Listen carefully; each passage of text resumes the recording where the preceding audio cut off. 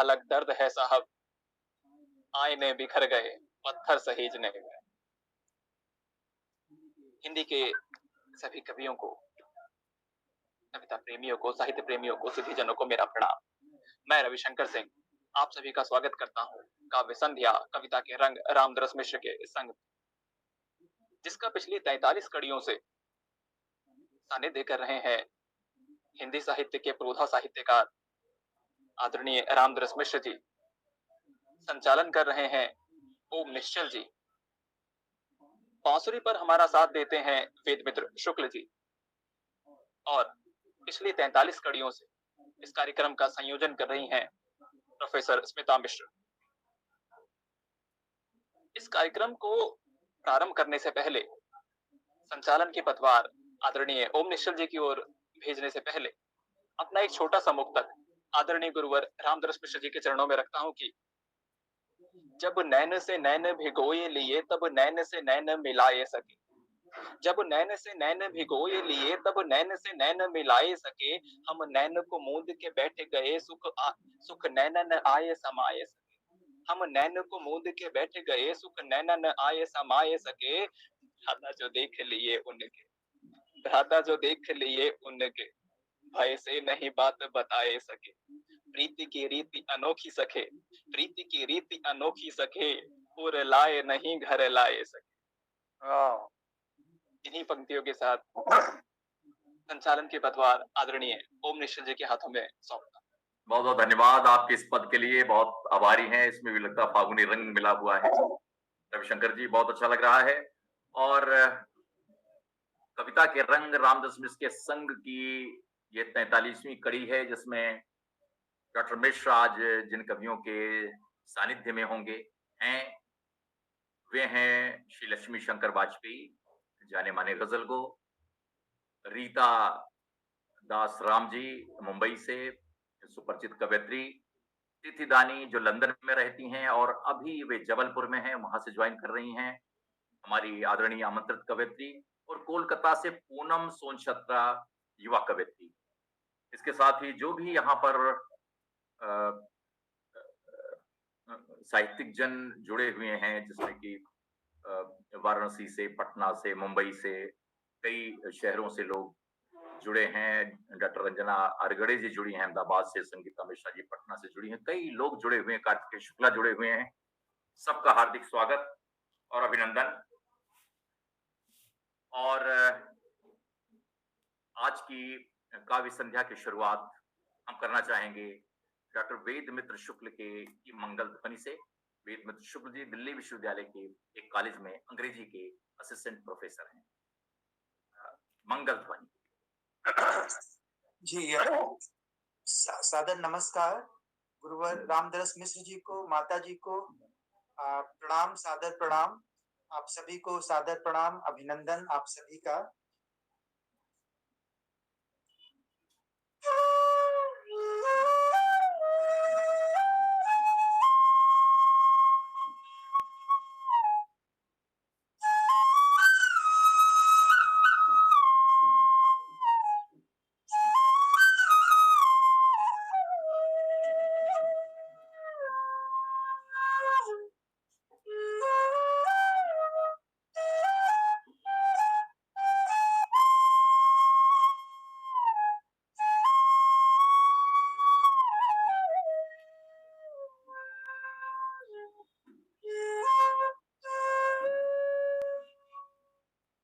अभी तक हम सब धमार, रसिया, फाग, होरी की लोक धुनों के साथ लोक मंगल कामना से युक्त होकर के मंगल धुन अपनी जारी रखे हुए थे। अभी जो एक अवसर है वो चैती का है, और चैती हमारे गुरुवर रामदरस मिश्र जी ने भी अभी एक जो उनका नया संग्रह आ रहा है संवेद, उसमें भी बहुत सी लोक धुनें हैं। तो चैती एक प्रस्तुत कर रहा हूँ बांसुरी पे, कैसे कि हथवा लगत कुम्हलाए गईली रामा, जूही के फुलवा हथवा लगत कुम्हला, चंपा में तोड़ लियो, चमेली में तोड़ लियो, चंपा में कुछ इस तरह से धुन है, मैं प्रस्तुत कर बहुत रहा हूँ। अच्छा, स्वागत स्वागत मंगल ध्वनि।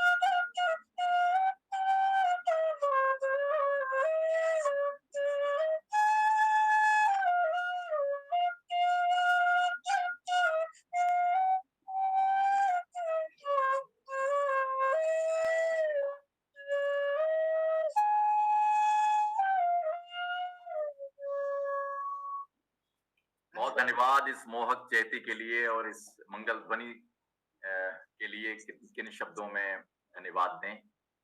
और आज की काव्य संध्या की जो ऐतिहासिकता है वह इसलिए है कि इसमें हिंदी विश्व के जाने माने हस्ताक्षर कवि कुल पुरुष रामदर्श मिश्र जी इसके सानिध्य में होते हैं। वे अपनी कविताएं भी सुनाते हैं, लोगों से संवाद करते हैं, जो विभिन्न पीढ़ियों के लोग यहाँ पर कविता पाठ करते हैं। उनकी सक्रियता है कि वे आपको देखने के लिए, आपको सुनने के लिए यहाँ पर होते हैं और उससे अभिभूत भी होते हैं और आशीर्वाद तो करते ही हैं। तो आज का जो कवि समवाय है जिसमें कि लक्ष्मी शंकर वाजपेयी जैसे वरिष्ठ कवि हैं, दीदी दानी हैं, रीता दास राम जी हैं, पूनम सोनछत्रा जी हैं, तो हमारे बीच की जो युवा आवाजें हैं उनका समूहन भी है। और इस तरह से ये कार्यक्रम लगभग युवा आवाजों का ही समूहन है अनेक वरिष्ठ कवियों के साथ। और पिछले कोरोना के संकट काल से उबरने के लिए रचनात्मकता का जो ये उपक्रम प्रोफेसर स्मिता मिश्र जी ने शुरू किया था वो आज जैसे कि मैंने बताया कि 43वीं पायदान पर पहुंच गया है और इसकी लोकप्रियता है कि इसमें हिंदी के विभिन्न काव्य धाराओं शैलियों के प्रमुख कवि इसमें भाग ले रहे हैं और आगे भी भाग लेते रहेंगे। इस तरह से ये काव्य संध्या अनवरत हर हफ्ते चल रही है। हम सभी आमंत्रित स्वागत और अभिनंदन करते हैं। आज का कवि समवाय, जैसा कि मैंने कहा, लक्ष्मी शंकर वाजपेयी जी हैं, जाने माने गजल गो हैं, कई विधाओं में लिखते हैं, देश विदेश में सैकड़ों जगहों पर काव्य पाठ कर चुके हैं, अच्छे कमेंटेटर हैं, आकाशवाणी में उप महानिदेशक रहे हैं, और उनकी खासियत यह है कि कविता के पारंपरिक छंदों और शैलियों को बचाने के लिए अ, वे लगातार सन्नद्ध रहते हैं, कंठ और कलम के धनी हैं। उनका बहुत बहुत स्वागत और अभिनंदन। वे जुड़ चुके हैं या जुड़ने की प्रक्रिया में हैं, वे जुड़ेंगे हमसे। हमारी बीच तिथि दानी हैं, जो सुप्रसिद्ध कथाकार और कवित्री हैं।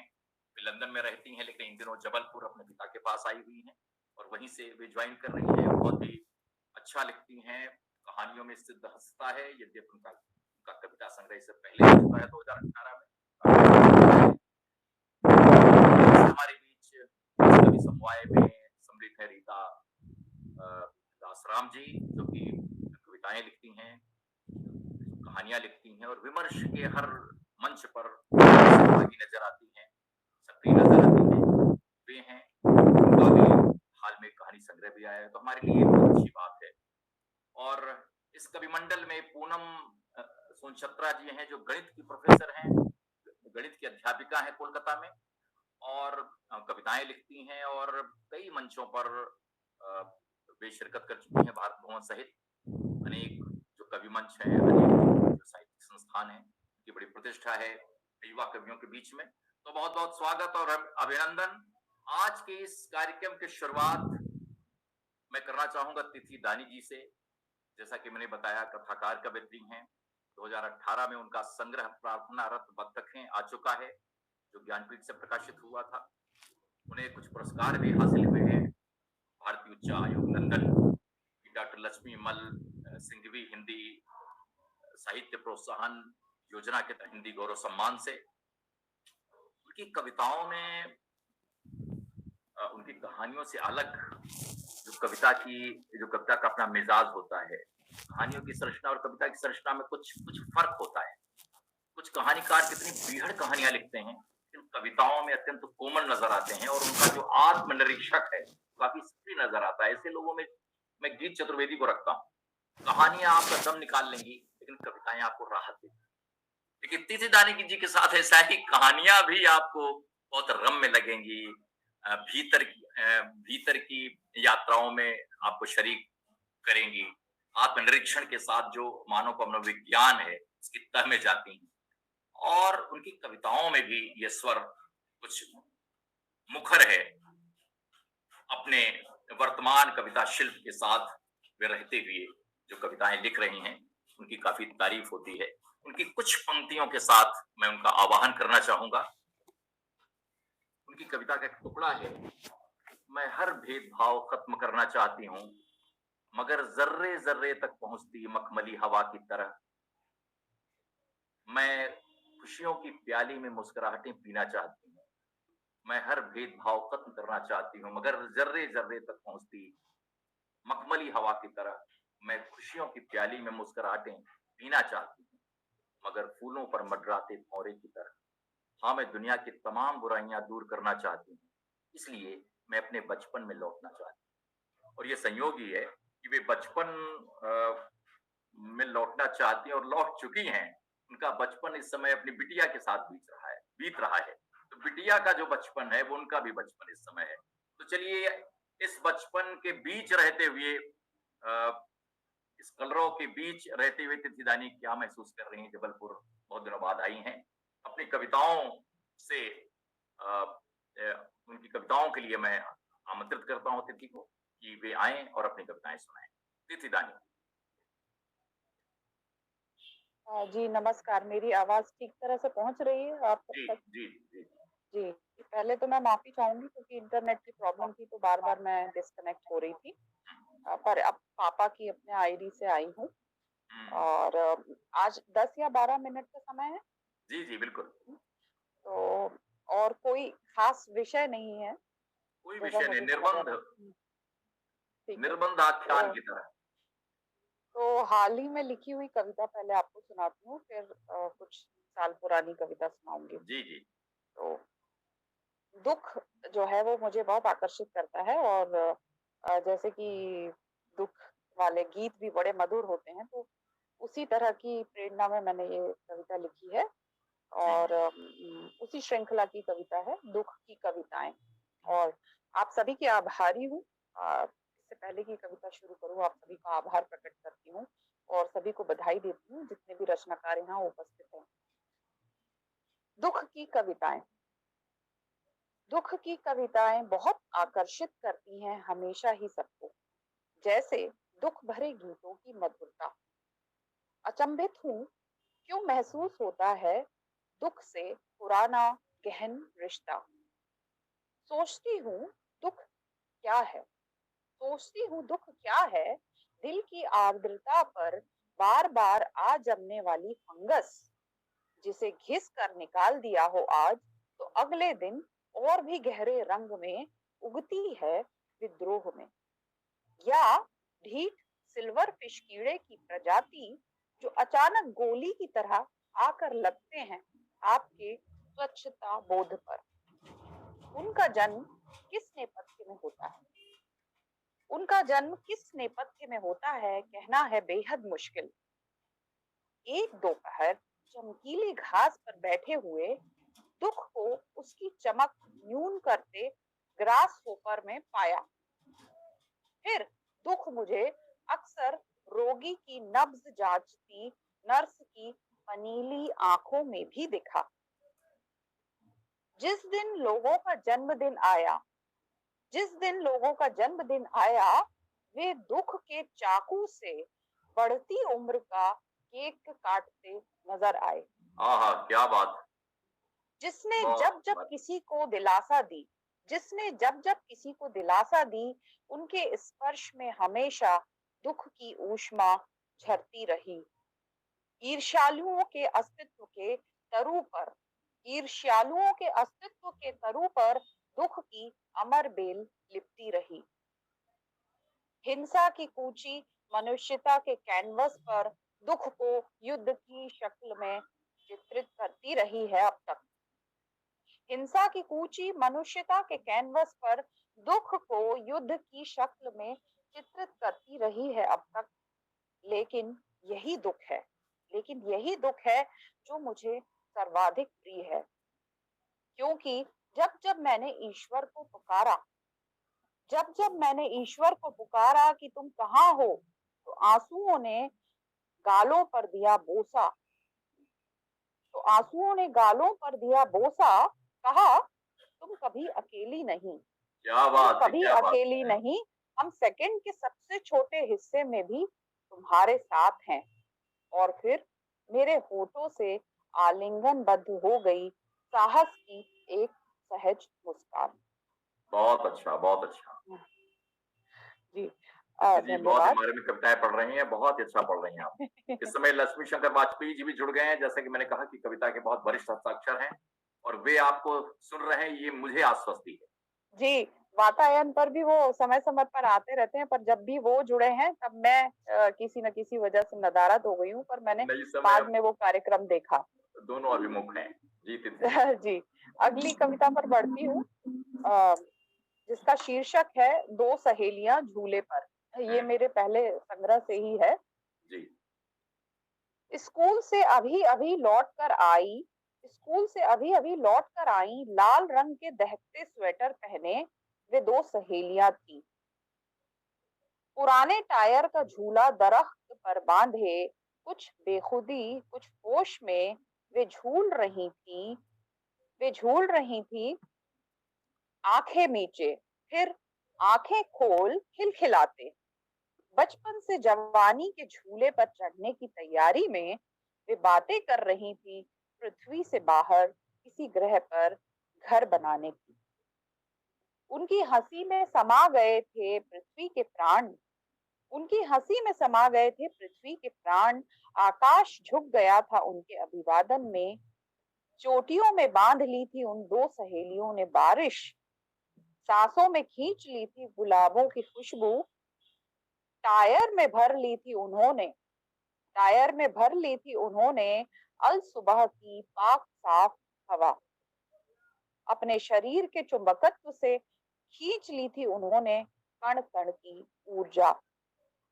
वे उड़ने की जल्दी में थी सब कुछ साथ लेकर, वे उड़ने की जल्दी में थी ये सब कुछ साथ लेकर, इससे पहले कि पड़ जाए किसी खतरे में उनके प्राण, छीन ली जाए उनसे उनके हिस्से की पाक साफ हवा, फिर फेफड़ों में भर दिया जाए भय का कार्बन, कुरुक्षेत्र न बन जाए उनके खेलने के मैदान, इस पृथ्वी पर रहते हुए न पड़े जवानी की दहलीज पर उनके कदम, मोर की तरह नाचने से पहले न कर ले कोई उनका शिकार, पृथ्वी ने भांप ली है उन सहेलियों की योजना, पृथ्वी ने भांप ली है उन सहेलियों की योजना, और डैफोडिल्स के कालीन बिछाकर उन्हें कर दिया है इशारा, और डैफोडिल्स के कालीन बिछाकर उन्हें कर दिया है इशारा कि पृथ्वी अब भी उर्वर है, पृथ्वी अब भी उर्वर है, संभावनाओं से भरी है और नहीं चाहती है अपने प्राण गंवाना। क्या बात है, बहुत खूब। धन्यवाद।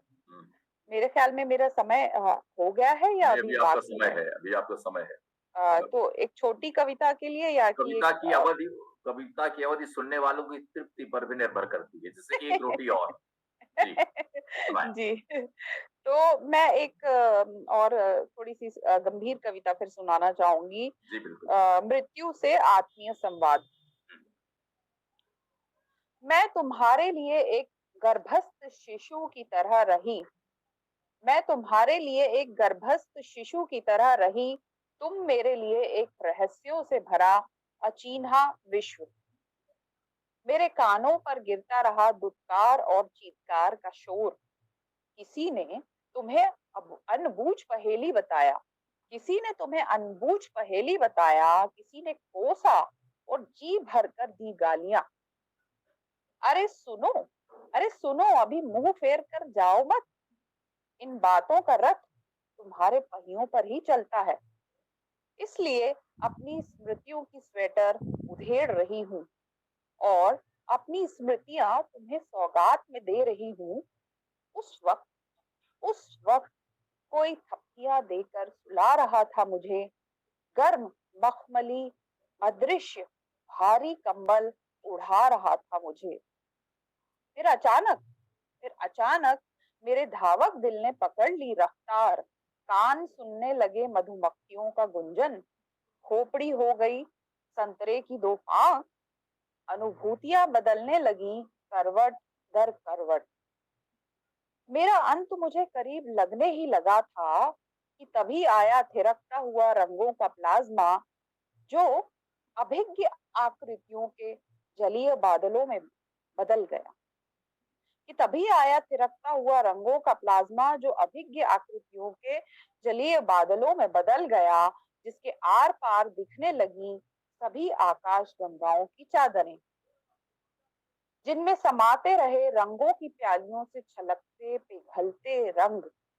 मुझे लगा मैं एक रंग हूं उन्हीं के बीच का, इन बेहद खूबसूरत लम्हों की मैं साक्षी थी, मैं फेफड़ों का एक बड़ा गुब्बारा बनी बहुत ऊंची उड़ान पर थी, जिसने खींच ली थी अपने हिस्से की सारी प्राणवायु और गायब हो रहा था अभिज्ञता की दुनिया से।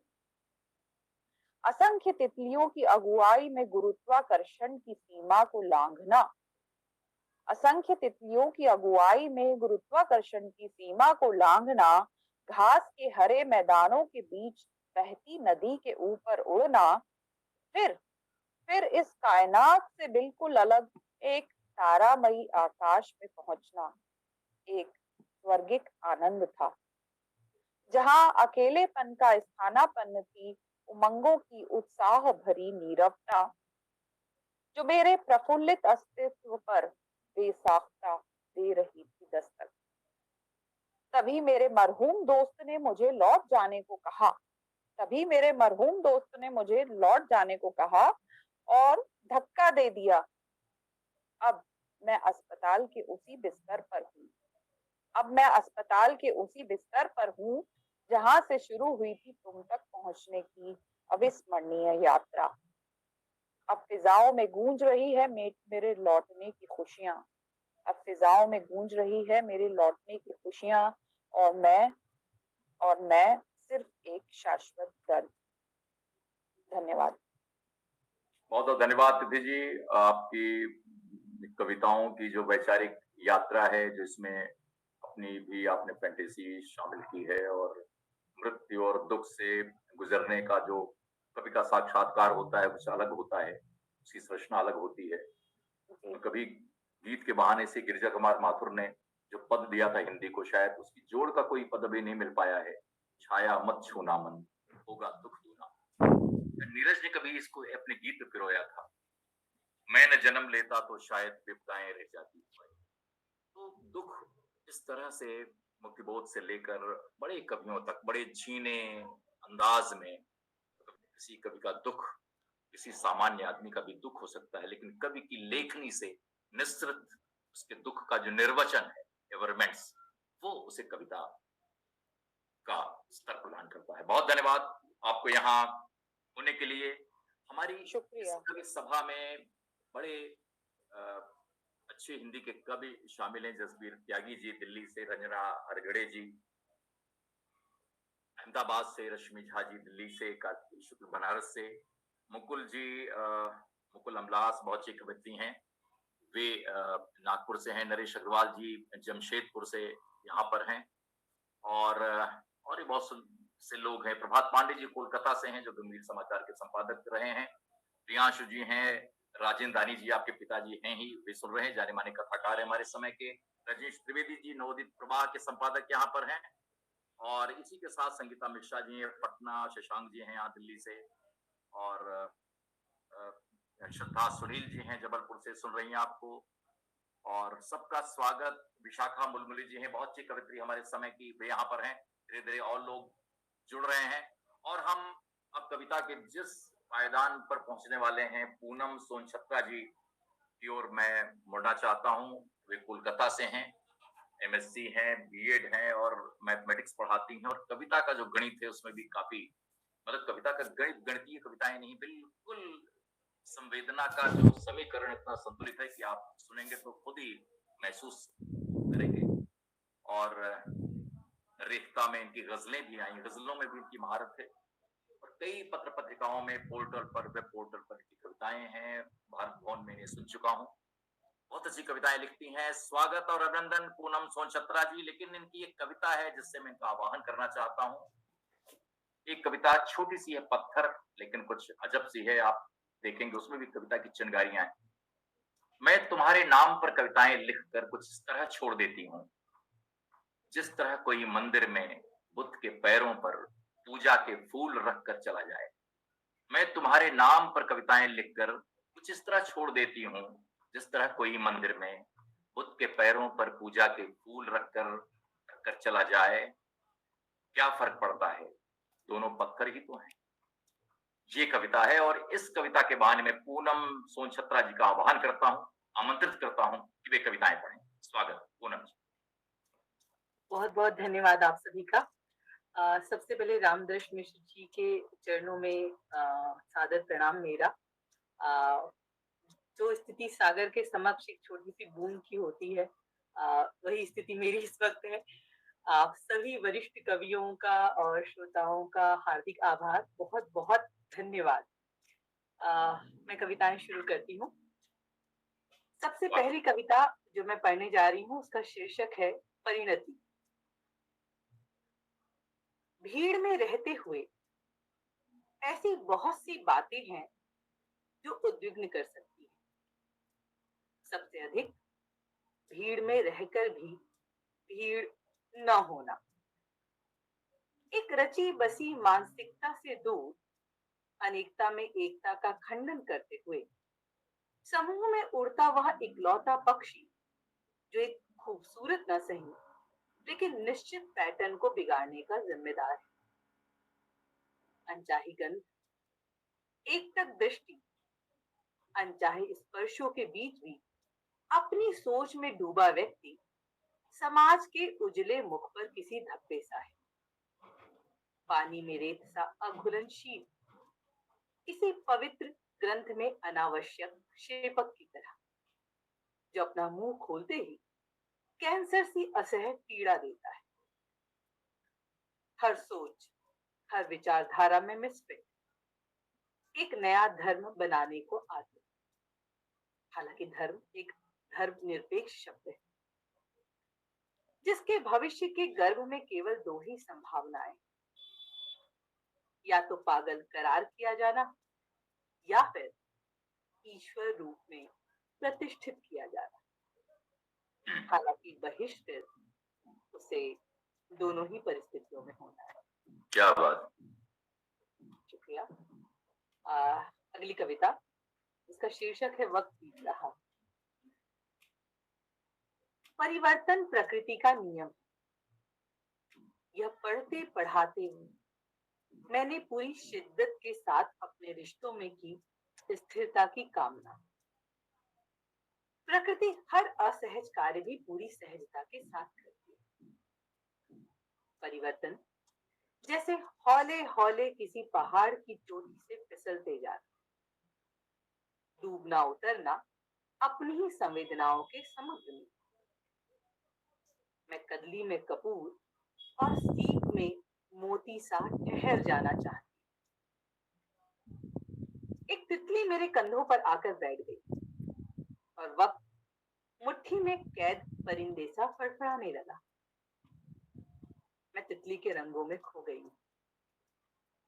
नीले आसमान पर गुलाबी धुआं रात के 2:20 पर कुछ इस तरह गुजरता है कि मुझे आसमान में हर तरफ तितलियों के अक्स नजर आते हैं। धुएं के उस पार एक तारा अपनी सबसे मध्यम रोशनी के साथ टिमटिमाता है और ठीक इसी समय वह मुझसे कहता है, इस पल को जी लो, इससे पहले कि यह वक्त भी बीत जाए। रात के तीसरे प्रहर उसकी बातें राग मालकौश सी। मुझे पलों में जीने की इच्छा किसी मृत्यु कामना सी प्रतीत होती है। पूरी शिद्दत के साथ जिया गया एक पल तमाम उम्र की बेचैनी और उन्नीदी आंखों का सबब बनता है। बीतते पलों को रोकने की कला को वास्तुकला से बदल दिया जाना चाहिए। गतिशीलता के देवता के समक्ष मैं स्थिरता की प्रार्थना करती हूँ। वक्त बीत रहा है। अगली कविता, जिसका शीर्षक है ऊब। ऊब जाना। ऊबने की कोई उम्र नहीं होती, न ही कोई निश्चित वातावरण, न ही कोई निश्चित अवस्था। इंसान बैठे बैठे भी ऊब सकता है, दौड़ते दौड़ते भी, थक कर भी ऊब सकता है और खाली बैठकर भी, और तो और खाते खाते और सोते सोते भी ऊबा जा सकता है। काम करते हुए ऊबना इतनी सहज प्रक्रिया है कि उसका जिक्र करना भी यहाँ बेमानी माना जाएगा। जो परदेश में है उसे घर की याद उबाती है। घर में रहने वालों को नदी, पर्वत, जंगल और झरने पुकारते हैं। गरीब ऊब जाता है अपनी रोज की दाल रोटी से। अमीर को तो रोज खाना खाने की प्रक्रिया ही उबा डालती है। ऊबती हैं घर की दीवारें, वही उदासी रोज रोज देखकर। घर के खिड़की दरवाजे ऊब जाते हैं एक ऐसे इंसान का रास्ता देखते देखते जिसे उस दरवाजे की चौखट पर कभी पांव नहीं रखा। हम ऊब कर भटकते रहते हैं यहाँ वहां, लेकिन जिसके भी पास जाते हैं वह भी ऊबा हुआ होता है। हर इंसान अपनी अपनी ऊब के तहत अपनी भटकन जी रहा है। ऊबने की प्रक्रिया में हर सुधार में नए सुधार किए जाते हैं, लेकिन परिवर्तन के शाश्वत नियम के तहत सुधार की गुंजाइश हमेशा ही बनी रहती है। पतझड़ की एक छोटी सी झपकी भर में आता है बसंत, बिजली की एक चमक की तरह, दूज के छीने चांद जैसा सुंदर और कोमल। लेकिन पूनम के चांद की तरह घटने के लिए अभिशप्त। जब उग जाता है बसंत, तब पतझड़ आता है। पतझड़ कभी नहीं होता, पतझड़ कभी नहीं होता।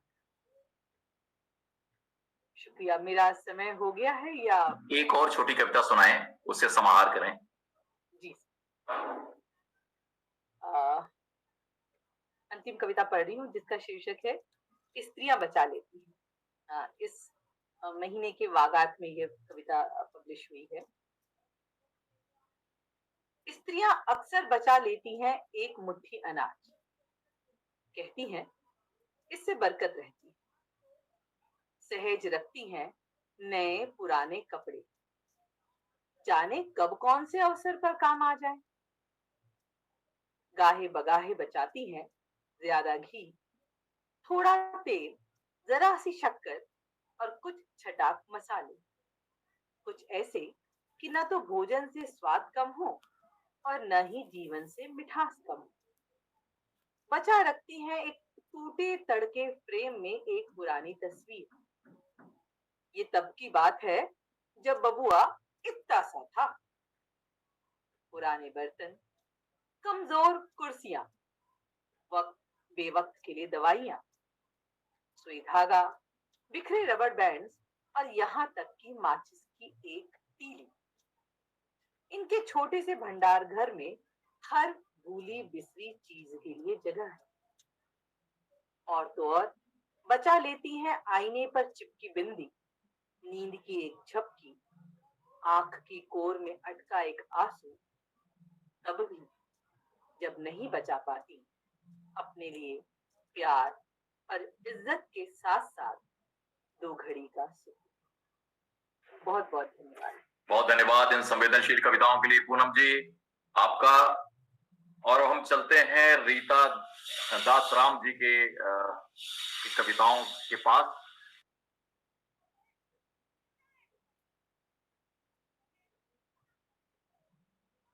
सर आपकी आवाज नहीं आ रही।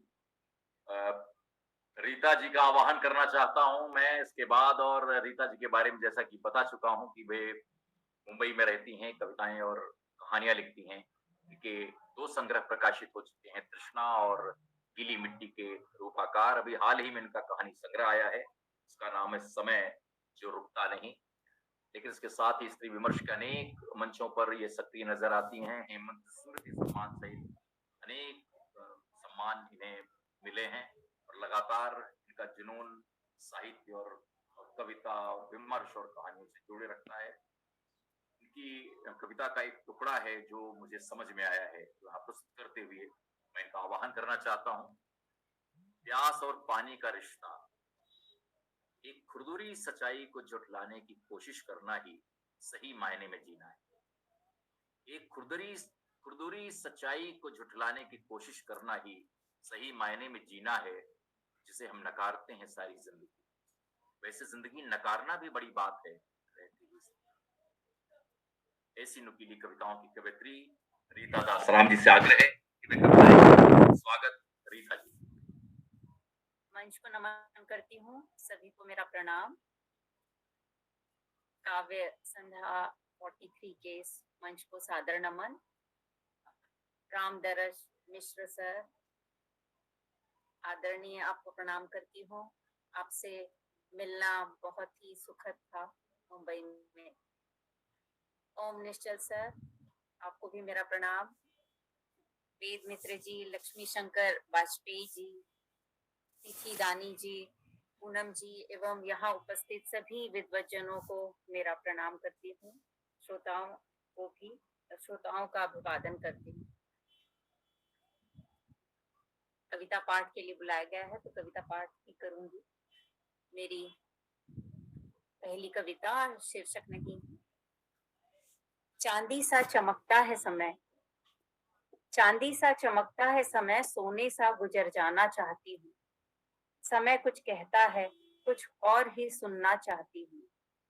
रुकता नहीं है वो, कभी कभी खुद ही रुक जाती हूँ। टूट पुरानी विधा है, बचती हूँ ज्यादा या कम होने से। मुश्किलें गीली हो सूखती है, दोबारा चटक जाती हूँ। जख्मी डगमगाती हूँ समय के बीचों बीच, बेआवाज आंधी सिमट सवार हो जाती है कांधे पर। सच्चाई उमस और ठहराव ठहराव के बीच पतझड़ लिखती है, बेखुदी जताती है, शून्य में बेजा है बोना बीज। ताजगी का मतलब सितारों में रोशनी से है, आसमान को इसका पता हो शायद। धीरज उधेड़ कर रात मुट्ठी में कर लेती हूँ, दिन बदस्तूर धड़कनों पर काबिज है। जीवन अमानत है, खुशबू है, सुकून है, जिसे हर मौसम से बचाना चाहती हूँ।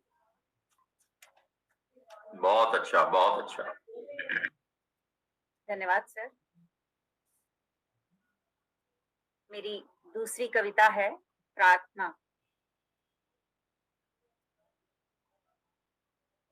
मिट्टी चाहिए भरने को रंग, मिट्टी चाहिए भरने को रंग, कांधों को करने मजबूर। पानी में बोना चाहती हूँ किस्मत, पानी में बोना चाहती हूँ हिम्मत। हवा से समेटना है आकाश, आकाश को करना है विस्तृत। रात दिन को बांटना है मनपसंद खेमों में, लम्हों को धड़कन में करना है तब्दील। रफ्तार को देनी है गति, अपने तारतम्य को सहेजने क्या मिलेगी मिट्टी गुरुजी आपके दरवाजे की।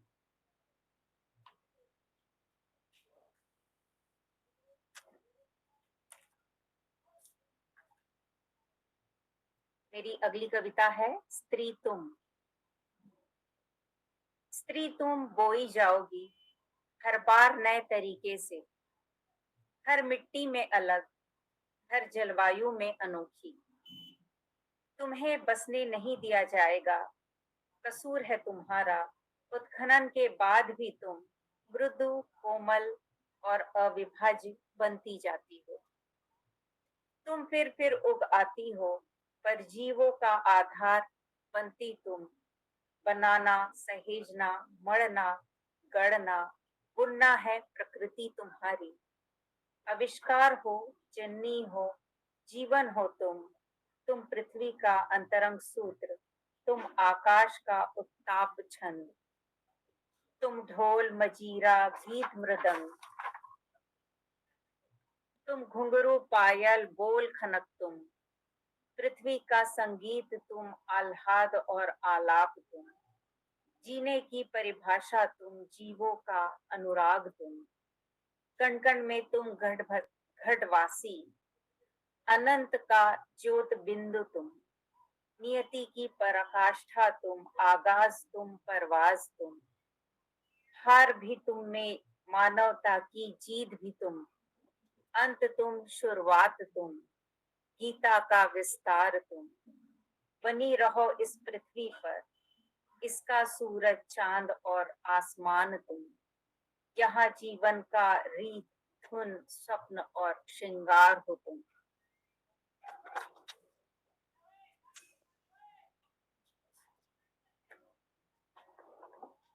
मेरी अगली कविता है घास। दबी हुई घास की चीख सुनाई नहीं देती, दबी हुई घास की चीख सुनाई नहीं देती। हरियाली की जिम्मेदारी उसे जिंदा रखती है, जिंदा रखता है उसे उसका बिछ जाना, जमीन पर पकड़े हुए अपनी जड़ों को। जिलाए रखना मौसम के सहलाहट से अपनी कायनात। जीना हरियाली के लिए ताउम्र, अपने अस्तित्व को पैरों तले देखते हुए भी। सूख कर गायब हो जाना उसका तेज धूप में अच्छा नहीं लगता, फिर भी बचा रखती है घास सूखी काया में अपनी धड़कन।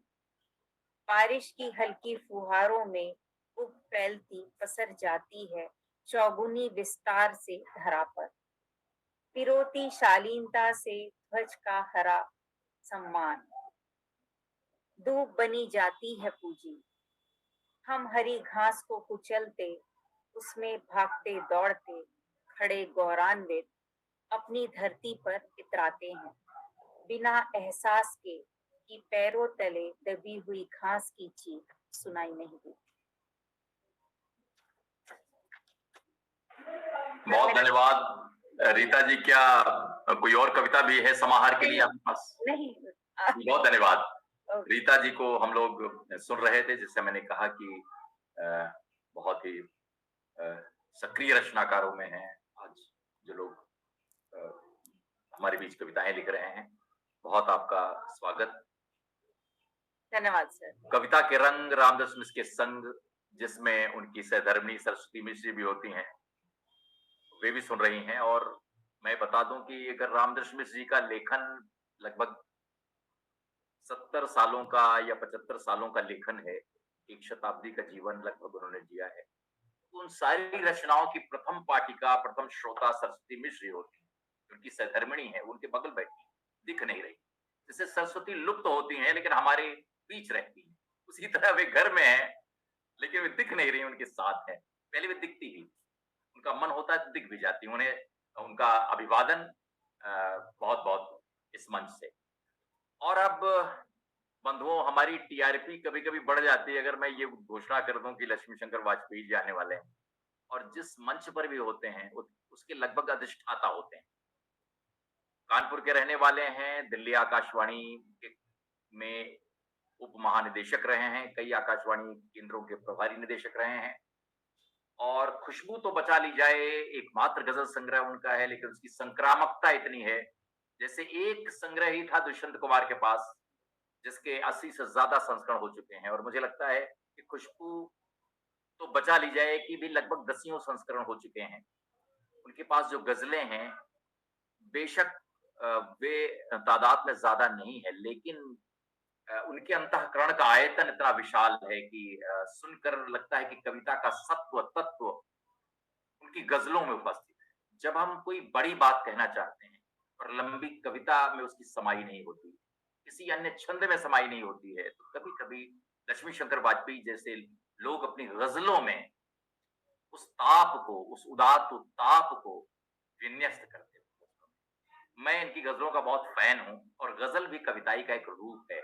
जो जैसा कि मैंने बताया कि हिंदी की 27 काव्य विधाएं, काव्य शैलियां हैं, जिनके निष्णात प्रयोक्ता हैं, उसके रचयिता हैं, और उसका पारायण भी करते हैं अनेक मंचों पर। छंद का ज्ञान बचा रहे, कविता अपनी शैलियों में बची रहे, फिर पाठ्यक्रमों में न पढ़ाया जाए कि बैलेट क्या है, सोनेट क्या है, ये घनाक्षरी क्या है, सवैया क्या है, रीतिकाल क्या है, प्रगतिवाद क्या है, बल्कि वह एक तरह से प्रबोधन में भी, हमारे कवियों के आचरण में भी वो झलके। ऐसे आचरण की झलक लक्ष्मी शंकर वाजपेयी जी देते रहते हैं। यहाँ पर वे हैं, हमारे समय के वरिष्ठ कवि हैं। उनकी ये गजल, जिससे मैं इस संक्रामकता का प्रभाव पैदा करना चाहता हूँ आपके मन में भी, जो नई कविता के रचयिता यहाँ पर हैं, उनकी ये गजल के कुछ अशार मुझे याद है, रखना चाहता हूँ लक्ष्मी शंकर वाजपेयी जी के लिए, कि जो उसूलों से परेशान रहे जिंदगी भर लहू लुहान रहे। जो उसूलों से परेशान रहे जिंदगी भर लहू लुहान रहे, जख्म तो भर गए मगर उनके एक मुद्दत तलक निशान रहे। जख्म तो भर गए मगर उनके एक मुद्दत तलक निशान रहे। जिसने खुशबू की इबारत लिख दी, जिसने खुशबू की इबारत लिख दी, लोग उस फूल से अनजान रहे। खुद को कहते हैं चमन कुछ पौधे, खुद को कहते हैं चमन कुछ पौधे, इनसे हर फूल सावधान रहे। जो उसूलों से परेशान रहे जिंदगी भर लहू लुहान रहे। जीवन का ऐसा अनुभव उन्होंने अपनी गजलों में सजवाया है।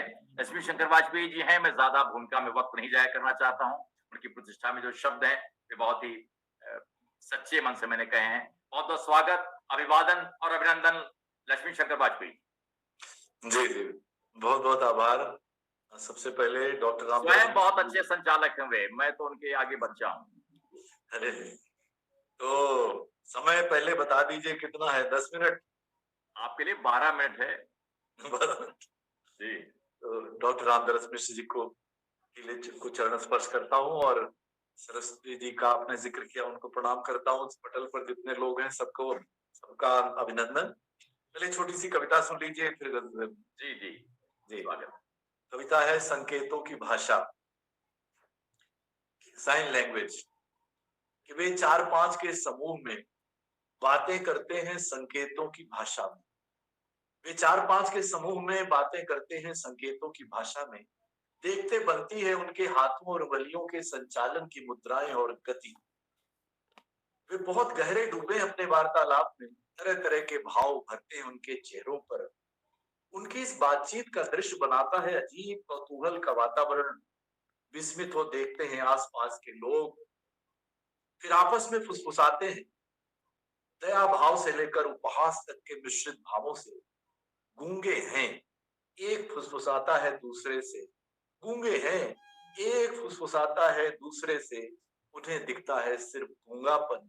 वे सुन ही नहीं पाते कि इस बातचीत में जिंदगी कैसे चहक चहक कर बोल रही है, कि जिंदगी कैसे चहक चहक कर बोल रही है। और एक क्षणिका ये कि दुनिया भर की सारी धार्मिक किताबों ने एक सामूहिक अपील जारी की है। दुनिया भर की सारी धार्मिक किताबों ने एक सामूहिक अपील जारी की है कि हम आपकी श्रद्धा भक्ति एवं सम्मान के लिए हृदय से आभारी हैं, कि हम आपकी श्रद्धा भक्ति और सम्मान के लिए हृदय से आभारी हैं, लेकिन काश आप हमें पूजने की बजाय हमें पढ़ लेते। और अंत में बहुत विनम्रता से निवेदन किया है, हमें हमारा स्वाभाविक परिवेश लौटाएं, हमें पूजा घरों से मुक्ति दिलाएं। हाँ, क्या बात है, हमें पूजा घरों से मुक्ति दिलाएं जी। और एक कविता और सुन लीजिएगा, ये है खंडित प्रतिमाएं। अब वे सबकी सब रख दी गई हैं एक पुराने बरगद के नीचे। यही तरीका है शायद कि जब संभव नहीं हो खंडित प्रतिमाओं का नदी में विसर्जन, तो उन्हें रख देते हैं किसी पीपल या बरगद के नीचे। कभी पूजा घरों में भव्यता से प्रतिष्ठित इन्हीं के सामने खड़े होते थे लोग, दयनीय मुद्रा में दोनों हाथ जोड़े। यही ध्यान रखती थी पूरे परिवार का। सुरक्षित घर ले आती थी बच्चों के पिता को दूसरे नगर से। संवार देती थी बेटे का बिगड़ा हुआ पर्चा। ध्यान रखती थी हॉस्टल में पढ़ रही बेटी का। पूरी हुई कितनी ही मन्नतें, संपन्न हुए कितने ही अनुष्ठान इनकी ही कृपा से। अब ये उपेक्षित कर दी गई हैं, सत्ता से उतरे किसी सत्ताधीश की भांति। आते जाते कुछ राहगीर अभी भी संस्कारवश जोड़ देते हैं हाथ श्रद्धा से। तब क्या इन्हें भी मिलती होगी उतनी ही खुशी जितनी मिलती है स्वयं को उपेक्षित महसूसते किसी वृद्ध पिता को लंबे अरसे बाद अपने बेटे का संदेश पाकर, लंबे अरसे बाद अपने बेटे का संदेश पाकर। क्या बात, बहुत अच्छा, बहुत अच्छा। जी जी जी। और चलिए एक कविता और सुन लीजिए, फिर आपने गजल का जिक्र किया तो गजल भी गजल न चूकने पाए। जी जी जी जी, कोई बात नहीं। तो कविता का शीर्षक है बयान। तुम्हें पूरा अधिकार है कि इतने विनाश के बाद तुम मुझे कोसो, अपशब्द कहो और माँ की जगह हत्यारणी जैसे उपाधियों से विभूषित कर दो। कि माँ की जगह हत्यारणी जैसे विभूतियों उपाधियों से विभूषित कर दो, कि तुम्हें प्रकृति हो, कोई जादूगरनी नहीं और सर्वशक्तिमान भी नहीं। तुमने नहीं सुनी मेरे उस बेटे की बात जिसने कहा था कि मेरे पास तुम सबके लिए भरपूर है, किंतु कम है किसी एक की भी हवस के लिए। तुमने नहीं सुनी मेरे उन जुझारू बेटों की बात कि हिमालय अभी बच्चा है, जरा सी छेड़छाड़ से रुआसा हो जाता है। ज्यादा छेड़ोगे तो थपक थपक कर रो पड़ेगा, और वो रोया तो उसके एक एक आंसू के बदले तुम्हारे हजार हजार आंसू गिरेंगे। किंतु तुमने उसकी नदियों, पहाड़ियों, वनों सबके साथ मनमानी की। गिद्धों की तरह नोच डाला उसके जिंदा जिस्म को। हमने सैकड़ों बरसों की मेहनत से बनाए थे जो रास्ते कि वर्षा का पानी निकल जाए आसानी से, तुमने सबके सब कर दिए बंद। तुमने लगाए डायनामाइट, बनाए बड़े बड़े बांध, बड़ी बड़ी इमारतें, बड़े बड़े होटल, और जब पानी बह निकला दिशाहीन तो तुम हमें दोष दे रहे हो विनाश का, तो तुम हमें दोष दे रहे हो विनाश का। ये जिसे तुम बादल का फटना कहते हो, ये जिसे तुम बादल का फटना कहते हो, सच पूछो तो मेरे कलेजे का फटना है। और मैं प्रकृति कसम खाकर कहती हूँ कि मेरे वश में नहीं है अपने कलेजे को फटने से रोक पाना, अपने कलेजे को फटने से रोक पाना। तो ये बयान कविता।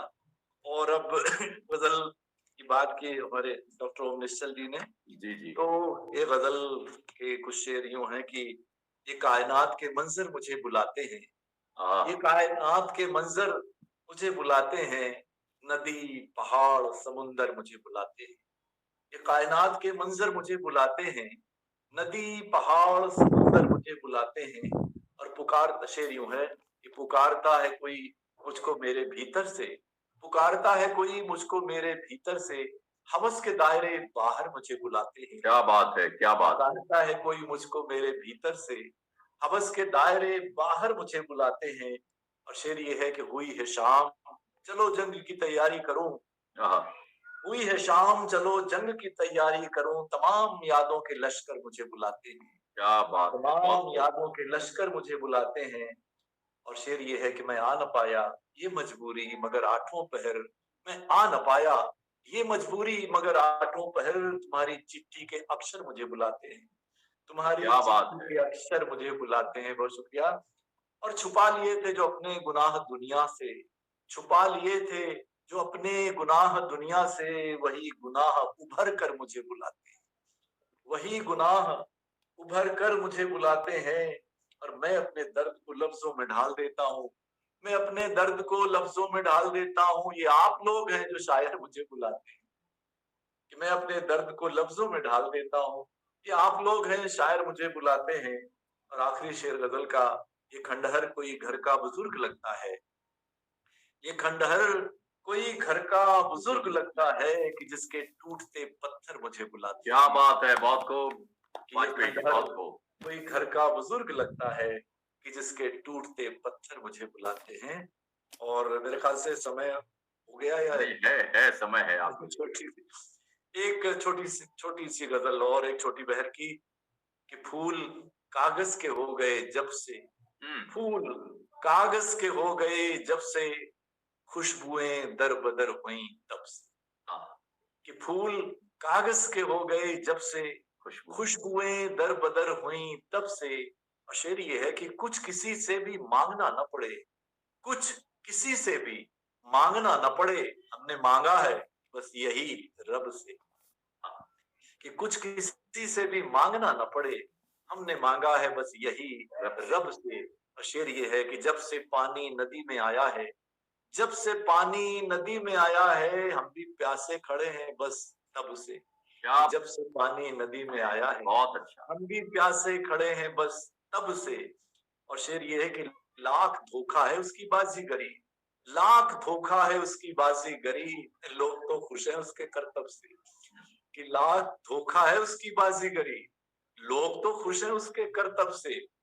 और एक शेर माफी के साथ, कि अब कहीं से ये शेर बना तो जो तो कि बेटियां फिक्रमंद रहती हैं, बेटियां फिक्रमंद रहती हैं, बेटे करते हैं याद मतलब से।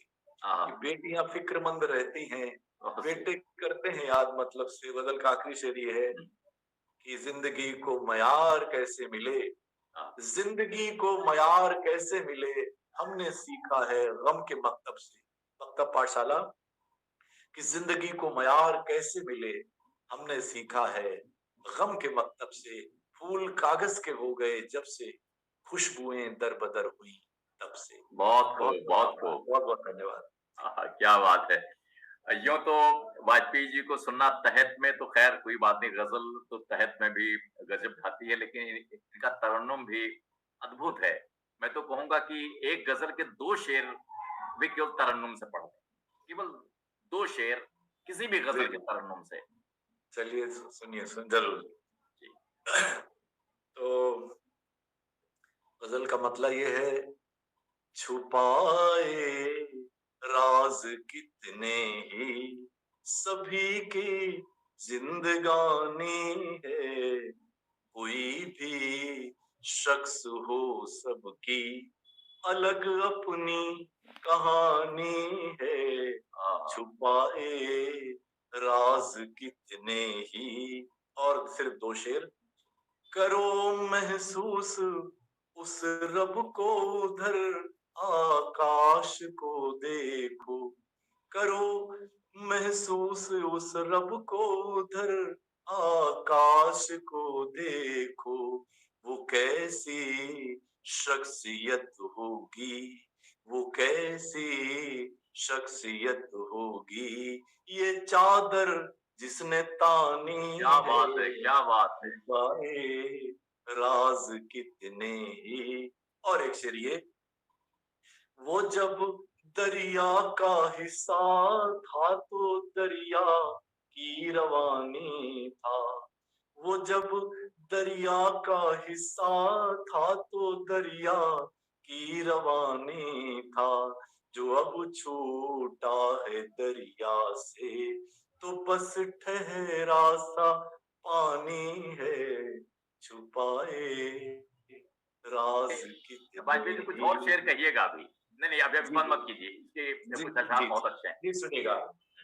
असलियत आदमी की कब पता लगती है चेहरे से, असलियत आदमी की कब पता लगती है चेहरे से, जुबान फौरन बताती है वो कितना खानदानी है। क्या बात है, क्या बात है। हमारे यहाँ बिजली चली गई, कोई बात नहीं, आप सुनते रहिए।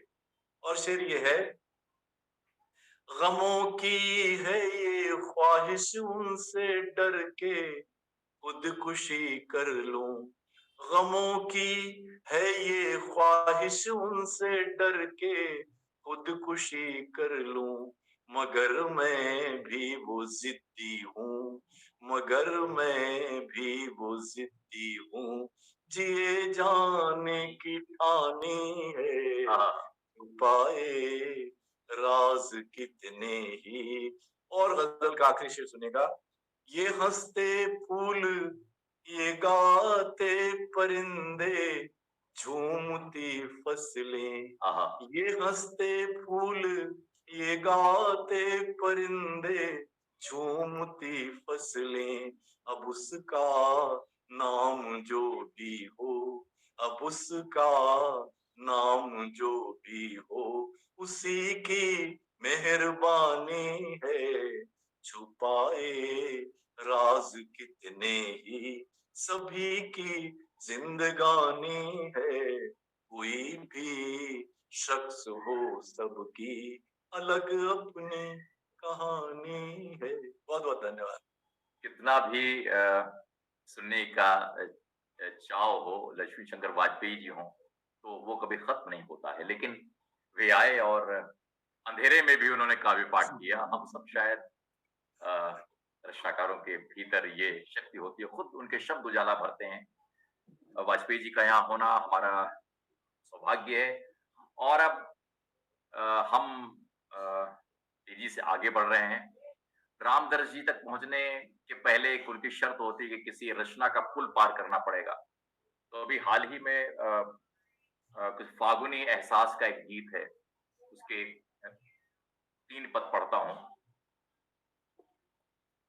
जीवन में रंग अनेक हैं, जीवन के रंग सहेज लो, आज तुम उदास मत रहो, उत्सव के रंग सहेज। गीत। जीवन में रंग अनेक हैं, जीवन के रंग सहेज लो, जीवन में रंग अनेक हैं, जीवन के रंग सहेज लो, आज तुम उदास मत रहो, उत्सव के रंग सहेज लो, जीवन में रंग अनेक हैं, जीवन के रंग सहेज लो। माना ये कठिन वक्त है, जीने की सदा सख्त है, माना ये कठिन वक्त है, जीने की सजा सख्त है, सांसों की डोर है अभी, एक नई भोर है अभी, सांसों की भोर है अभी, एक नई भोर है अभी।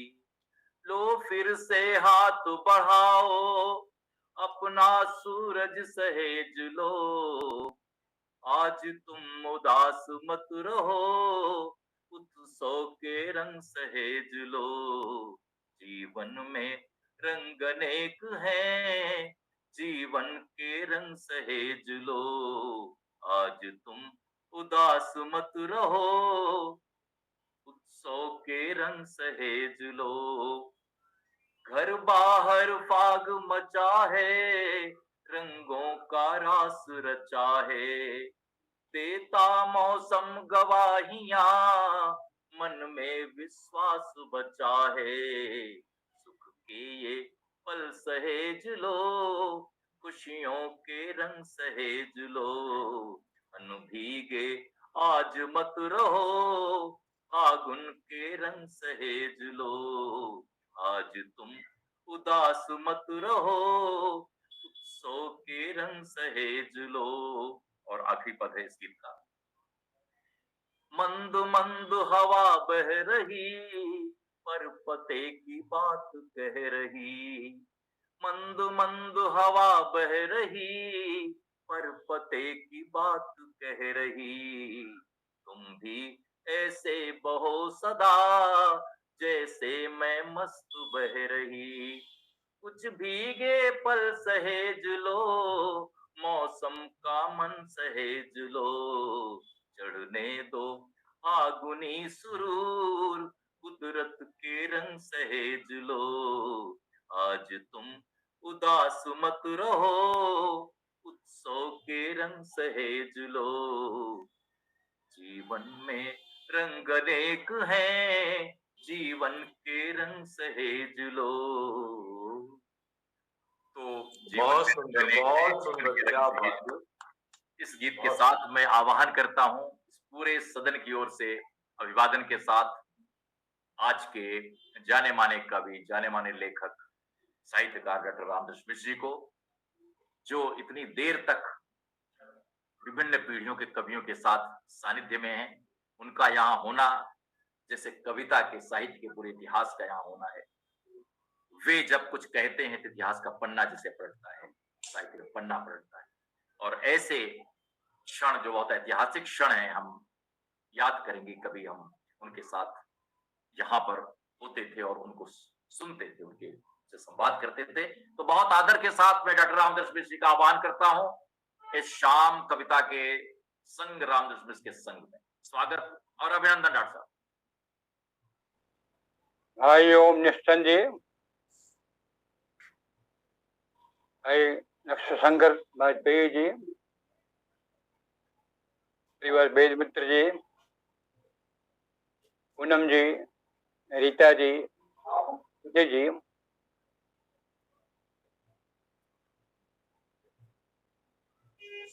लगता है कि वेद मित्र ने वंशी के माध्यम से मधुमास का जो स्वर भरा था, वह स्वर पूरी कविताओं में छा गया। चैत मेरा भी बहुत प्रिय महीना है, मैंने भी बहुत कविताएं लिखी हैं। चैत आया चैता के फूल लाया है, तो बहुत अच्छा लगा। आज उनकी बांसुरी पर मधुमास गूंजता रहा और फिर वो गूंज तमाम मेरे मित्रों की कविताओं में भर गया और फिर वहां से मुझमें भरता रहा।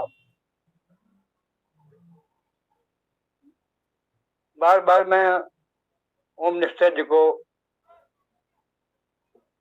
धन्यवाद देता हूँ कि वे कहाँ क्या लिखा जा रहा है, कौन सी नई प्रतिभाएं आ रही हैं,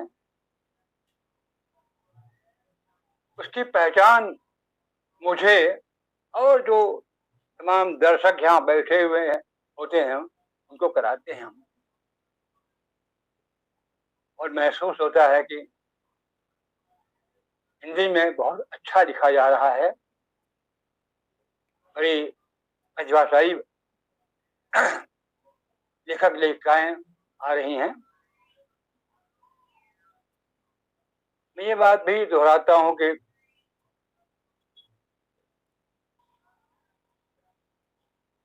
परिचित अपरिचित अनेक लोगों का सानिध्य मुझे प्राप्त होता है। भाई लक्ष्य शंकर तो मेरे बहुत ही प्रिय हैं, बहुत आत्मीय हैं, मुझे बहुत सम्मान देते हैं, लेकिन कोरोना के कारण जो है उनसे न जाने कब की भेंट हुई है, आज उनसे भेंट हो रही है। अच्छा लगता है। यूँ साहित्य अमृत में उनका संपादकीय पढ़ता हूँ तो संपादकीय के माध्यम से उनकी आवाज उन पर गूंजती रहती है, और साहित्य अकादमी का संपादन का जो स्वर है, जो उसका सौंदर्य है, वह वाजपेयी जी के माध्यम से लौट आता मुझमें। मेरी 3 नई कवित्रियों ने जो कविताएं पढ़ी, सबका अपना अपना अंदाज रहा, सब में सोच और भाव के जो बिंब परस्पर आते जाते रहे, नए नए अनुभव सबके रहे, और ये मुझे बड़ा अच्छा लगता है। और दोहराता भी हूँ कि आप सभी लोग कभी हैं, कोई वाद नहीं है। वाद जो होता है बड़ा एक घिरा होता है, लेकिन आपके अनुभव हैं, आपकी जो सोच है, आपके जो विषय हैं, वे आपके हैं, आपके जीवन उनके साथ आप गुजरे हैं, इससे साक्षात्कार हुआ है, इसलिए आपके स्वरों में अपनापन है, नवीनता है। तो मैं थकान तो अनुभव करने लगा हूँ, लेकिन यह है कि आप लोगों के साथ बैठ करके एक नए रविवार, और नए रविवार के माध्यम से नए समय के साथ हो लेता हूँ। तो आपको और जो लोग सुन रहे हैं यहाँ से सबको धन्यवाद, मेरी बधाई। मैं कई विधाओं में लिखता हूँ, जब कविता पढ़नी होती है तो संकट होता है कि क्या पढ़ूं। ऐसे अच्छा लगता है कि वेद मंत्र की बंसी से जो स्वर शुरू होता है, वो भाई ओम निश्चल की कविताओं में आकर के अपना उत्कर्ष प्राप्त करता है। हर बार उनका कुछ नया गीत या नई गजल सुनने को मिलती है, और आज तो इनकी गजल में बसंत गूंजता हुआ प्रतीत हुआ। और तो इतनी सारी कविताओं की समृद्धि बहुत बड़ी संपदा मेरे लिए।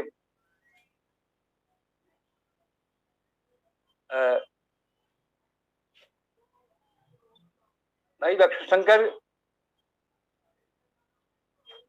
को मैं गजल गोवक मानता था, लेकिन आज उनकी कविताएं सुनकर लगा कि गजल के बाहर भी इनकी दुनिया बहुत बड़ी है और बड़ी समृद्ध है।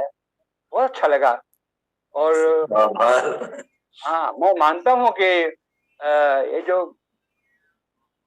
मुख्य स्वर आज कविता का है वो गद्य छंद का ही है, क्योंकि उसमें आदमी को खुल करके और बहुत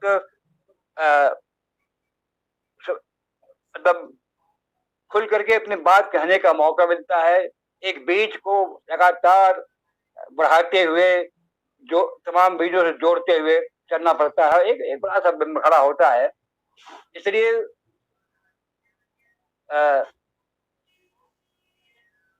दोहाकार लोग या गीतकार लोग जो ये शिकायत करते हैं कि ये गद्य छंद में लिखने वाले लोगों की उपेक्षा करते हैं, ये ठीक नहीं है। उन्होंने कहा कि कई शैलियां हैं, कविता की तमाम शैलियां हैं और सभी कविताएं हैं, और जहां भी कहीं कविता है उसका सम्मान होना चाहिए, कविता होनी चाहिए। मैं कुछ कविताएं सुना रहा हूँ। स्वागत स्वागत।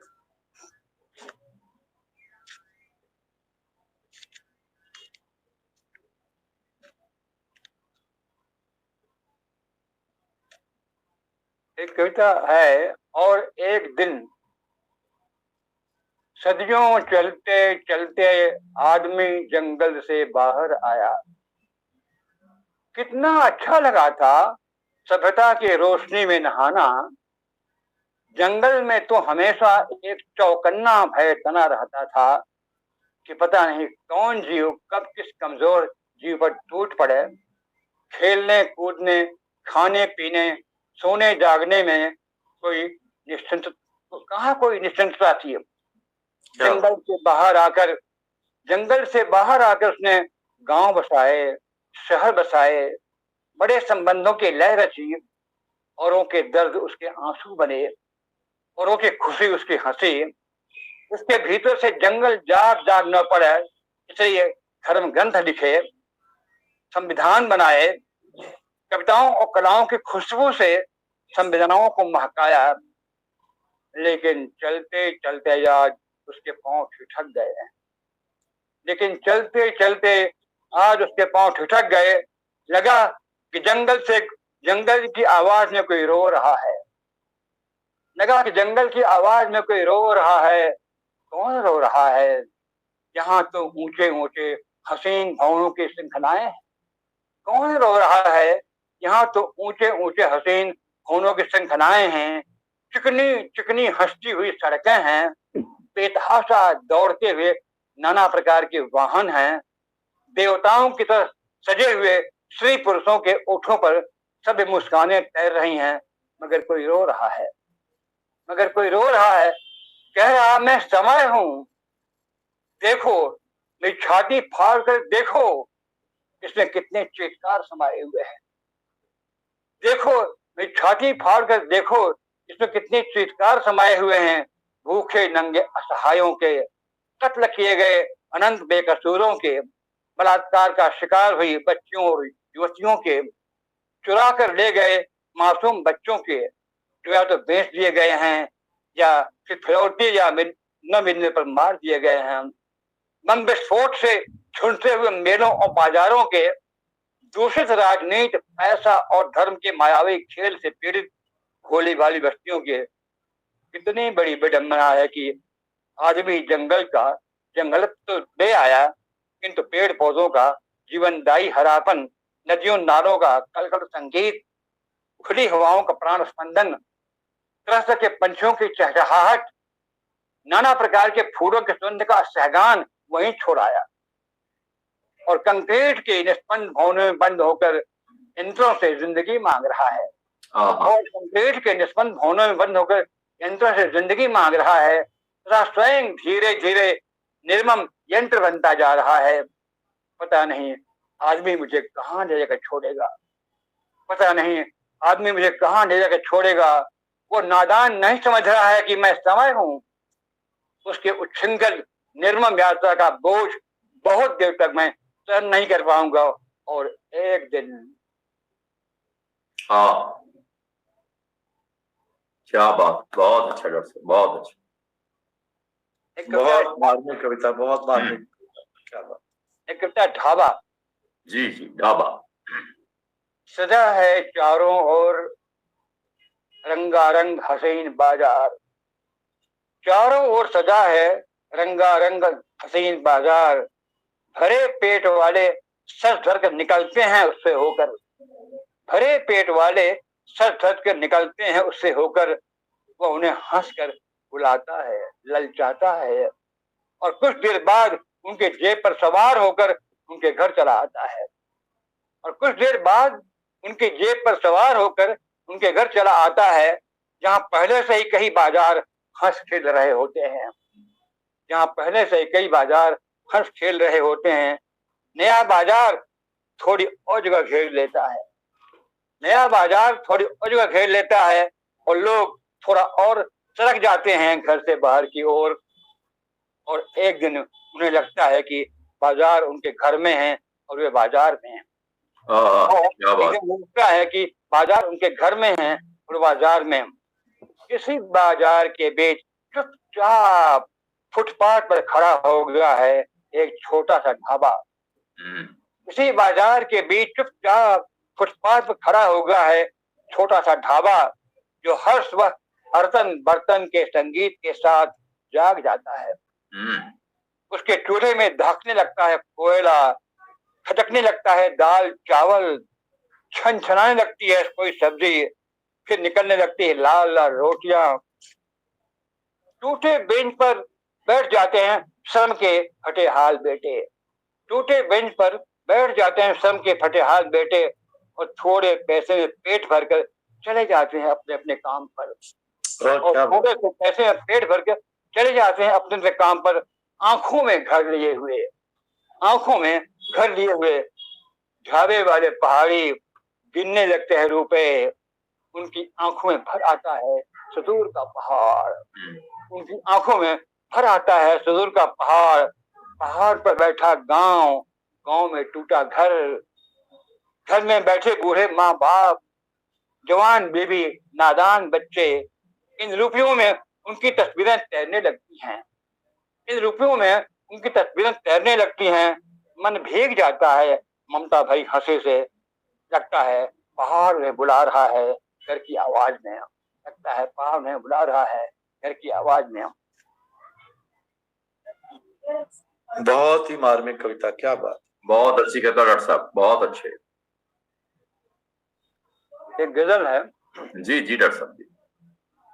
खेतों ताल तलैयों में छलकाती जाती पानी है, खेतों ताल तलैयों में छलकाती जाती पानी है, लुटा रही खुद को देखो नदिया कैसी दीवानी है, लुटा रही खुद को देखो नदिया कैसी दीवानी है।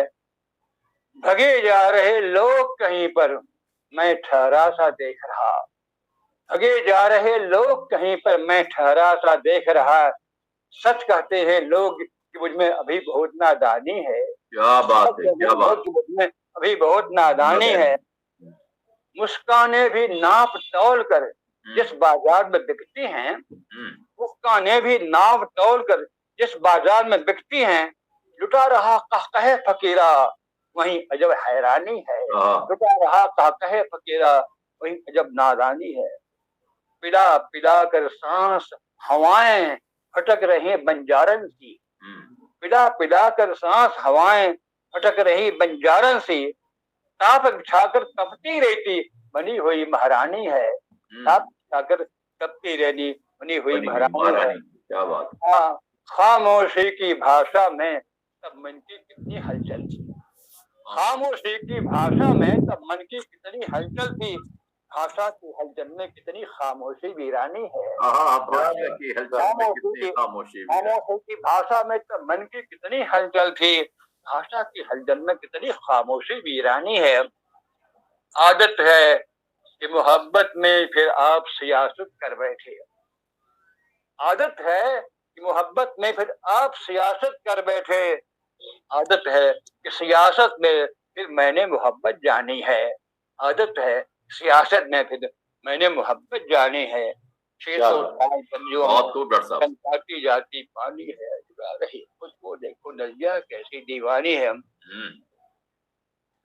अब ये गीत है कुछ वक्त तक पढ़ूंगा। जी जी जी डॉक्टर साहब जी, स्वागत स्वागत। एक गीत है। चाहता कहता रहूं पर अब कहा जाता नहीं है, चाहता कहता रहूं पर अब कहा जाता नहीं है। अनवरत चलता रहा भरता हुआ सुनसान में स्वर, अनवरत चलता रहा भरता हुआ सुनसान में स्वर, रहा बजता दर्द अपना दर्द में उसके समा कर, रहा बसता दर्द अपना दर्द में उसके समाकर, आज लगता शाम झुक आई कहीं मेरे दिवस पर, आज लगता शाम झुक आई कहीं मेरे दिवस पर, चाहता बहना समय में पर बहा जाता नहीं है, चाहता बहना समय में पर बहा जाता नहीं है, चाहता कहता रहूं पर कहा जाता नहीं है, बंद होता जा रहा खुद में मगर होता कहाँ हूँ, बंद होता जा रहा खुद में मगर होता कहाँ हूँ, यहाँ होकर भी मुझे लगता कि मैं अब भी वहां हूँ, यहाँ होकर भी मुझे लगता कि मैं अब भी वहां हूँ, चाहता हूँ जख्म सारे पास के खुद पर उठा लूं, चाहता हूँ जख्म सारे पास के अपने, चाहता हूँ जख्म सारे पास के खुद पर उठा लूं, किंतु किंतु अब तो वक्त अपना ही सहा जाता नहीं है, किंतु अब तो वक्त अपना ही सहा जाता नहीं है, रोज कोई छोड़ जाता द्वार पर टूटा सवेरा, रोज कोई छोड़ जाता द्वार पर टूटा सवेरा, चीखती चलती हवाएं घोर दिन भर बांध घेरा, कह रही है शाम सी बै, कह रही है शाम सी बै, बहुत बोले चुप रहो अब, कह रही है शाम सी बै, बहुत बोले चुप रहो अब, मगर इस बावरे मन से रहा जाता नहीं, चुप रहो इस बावरे मन से रहा जाता नहीं है, चाहता कहता रहूं कहा जाता नहीं है। समय के इन कभी दुख की बात हो रही थी, समय के इम्तिहानों को सदा ही हम सितम समझे, समय के इम्तिहानों को सदा ही हम सितम समझे, दुखों ने जो दिए तोहफे न तुम समझे न हम समझे, दुखों ने जो दिए तोहफे न तुम समझे न हम समझे, जमाने को समझ लेने का दावा था हमें कितना, जमाने को समझ लेने का दावा था हमें कितना, मगर अब लग रहा है दोस्तों हम कितना कम समझे, अब लग रहा है दोस्तों हम कितना कम समझे। जो एक मक्तक को पढ़े रहा हूँ। जी जी, स्वागत डॉक्टर साहब। ख्वाबों में सही पास जरा आ मेरे बचपन, ख्वाबों में सही पास जरा आ मेरे बचपन, खेतों में जो गाता था वही गा मेरे बचपन, क्या बात है, क्या बात है, खेतों में जो गाता था वही गा मेरे बचपन, फिर भेंट हो कि न हो ये छाया है शाम की, फिर भेंट हो कि न हो ये छाया है शाम की, अपनी हंसी सुबह सी सुना जा मेरे बचपन, अपनी हंसी सुबह सी सुना जा मेरे बचपन। देखिए, सहना न था मुझे मगर क्या क्या सितम सहा नहीं, सहना न था मुझे मगर क्या क्या सितम सहा नहीं, जाने क्या तुमने सुन लिया मैंने तो कुछ कहा नहीं, क्या सहना न था मुझे मगर क्या क्या सितम सहा नहीं, जाने क्या तुमने सुन लिया मैंने तो कुछ कहा नहीं, गोली चली थी बज़्म में तो अमत मुझे पे आ गई, गोली चली थी बज़्म में तो अमत मुझे पे आ गई, कहता ही रह गया अरे मैं तो वहां रहा नहीं, कहता ही रह गया मैं तो वहां रहा नहीं। बस मेरा ख्याल बहुत हो गया,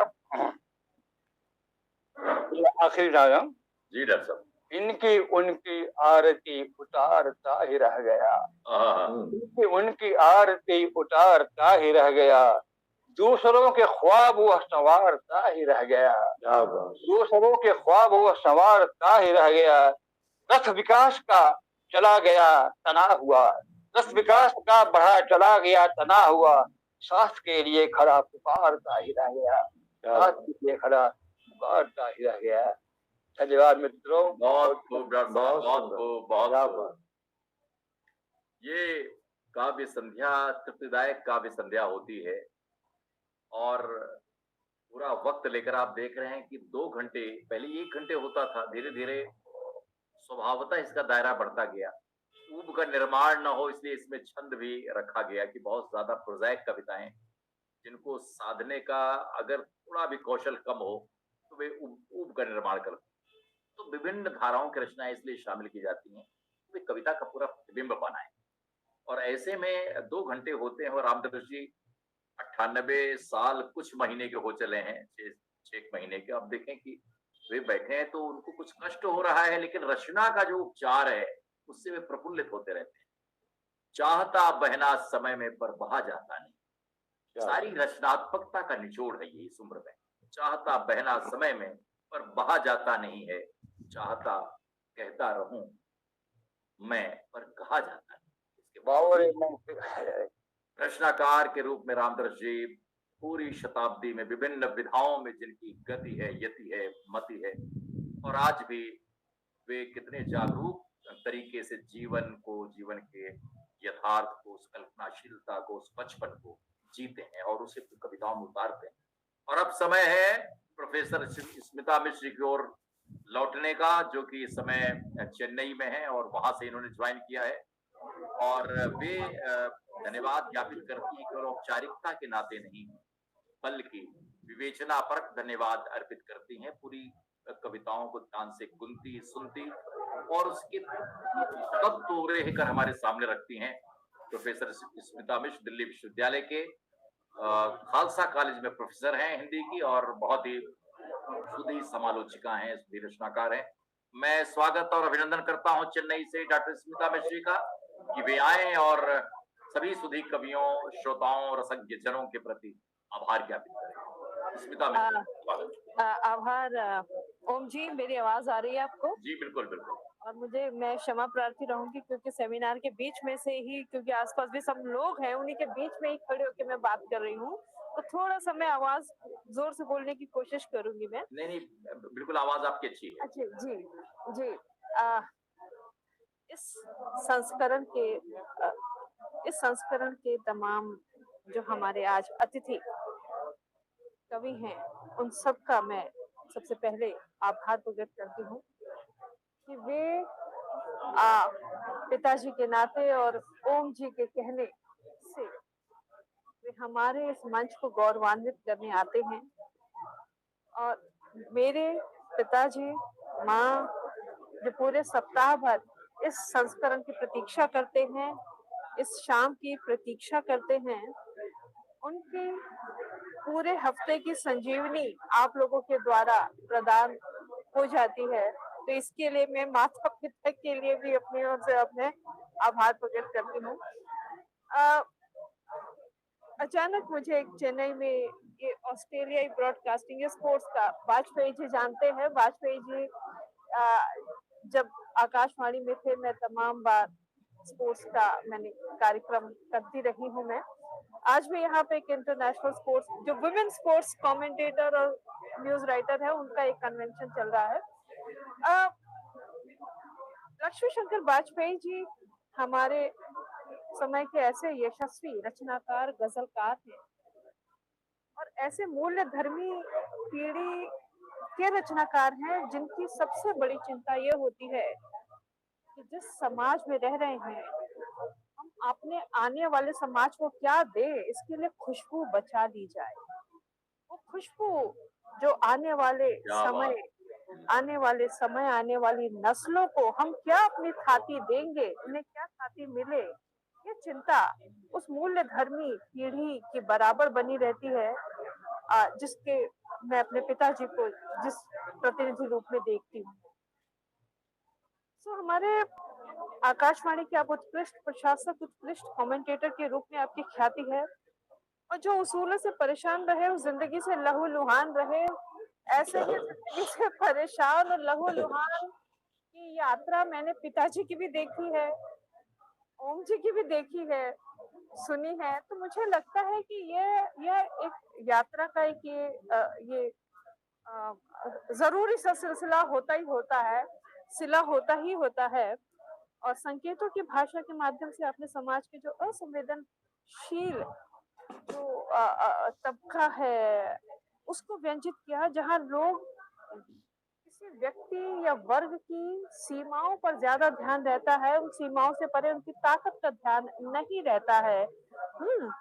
और धर्म के छद्म रूप पर भी आप व्यंग करते हैं, और कागज के फूल और खुशबुओं का नदारद होना समय के नकलीपन और दिखावटीपन पर भी आपका व्यंग बराबर गहरा रहा। आपका आभार। धन्यवाद धन्यवाद। रीता दासराम जी मुंबई से आती हैं और प्रार्थना, स्त्री तुम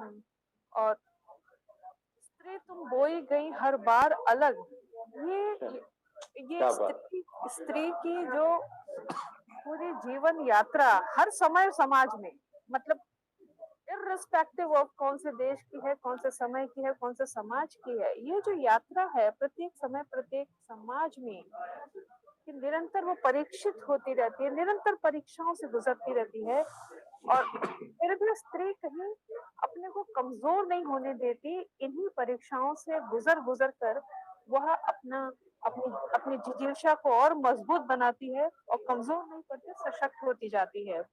और यही दबी हुई घास की जो चीख है उसमें अब हो सकता है आपने कुछ और व्यंजित किया हो, लेकिन हरियाली की उम्मीद में जो निरंतर घास जो है अपनी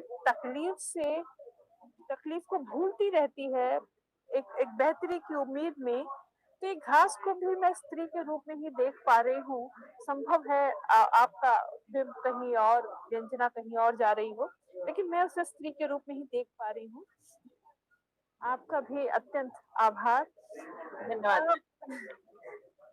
और पूनम सोनचुत्रा जी गणित पढ़ाती है और कविताओं में जीवन के गणित को समझने की कोशिश करती हैं और भीड़ में रह करके भी भीड़ का हिस्सा न बनने की कोशिश, मुझे लगता है हर सजग व्यक्ति, हर मूल्यधर्मी व्यक्ति बराबर ही कोशिश करता है। विचार कविता, मुझे ऐसा लगा विचार कविता की परंपरा को शायद आप लेकर के आगे बढ़ रही हैं और दर्शन का भाव भी बराबर आपकी कविताओं में अपनी उपस्थिति बराबर बनाए रखता है और उबने की उम्र नहीं होती, जीवन की निरस्ता उदासी के विचार को आपने अभिव्यक्त किया है। आपका भी अत्यंत आभार। तिथि दानी जी अप्रवासी हो गई हैं